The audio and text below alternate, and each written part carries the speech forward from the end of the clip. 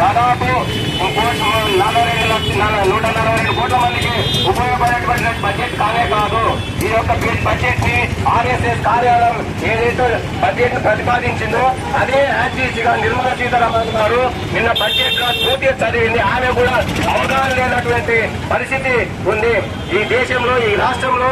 మన రాష్ట్రానికి అమరావతి వీళ్ళలో కూడా నిధులు కేటాయించలేనటువంటి పరిస్థితి. పాతదాన్ని ప్రపంచ బ్యాంక్ ఏదైతే అప్పు కింద ఇస్తామని చెప్పారో అదే మాత్రమే ఇస్తామని చెప్తున్నారు తప్ప బడ్జెట్ లో మీ రాష్ట్రానికి, మీ యొక్క అమరావతికి కానీ, మీ యొక్క వెనుకబడినటువంటి రాయలసీమ జిల్లాలకు కానీ, అట్లాగే మేము విభజన చట్టంలో హామీలు ఏదైతే ఇచ్చామో విశాఖ రైల్వే జోన్ అయితేనేమి, కడప ఉప్పు ఫ్యాక్టరీ అయితేనేమి, కర్నూలులో రైల్వే కోచ్ వ్యాగన్ ఏదైతే నిర్మిస్తాం 123 ఎకరాల్లో అది ఎప్పటి వరకు పూర్తి చేస్తాం, ఇంత కేటాయిస్తాం.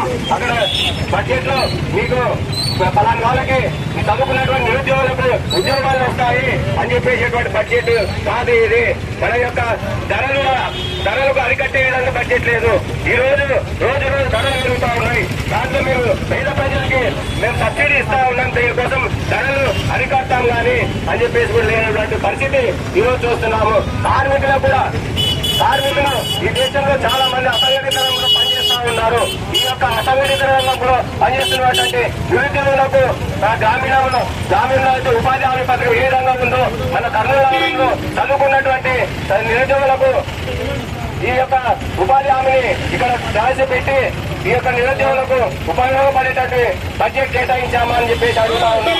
ఇలాంటి బడ్జెట్ వీళ్ళు ఒక చెప్పుకోవడానికి తప్ప బడ్జెట్ తప్ప ఇది దేశ ప్రజానికానికి, రాష్ట్ర ప్రజానికానికి ఉపయోగపడేటువంటి బడ్జెట్ కానీ కాదు. మన రాష్ట్రానికి ఇంత అన్యాయం చూస్తున్నటువంటి చిరంనాయుడు కూడా మేమే ఎప్పటికప్పుడు చేస్తా ఉన్నారు. అంటే ఎందుకు అడుగుతున్నారు? మన యొక్క రాష్ట్రానికి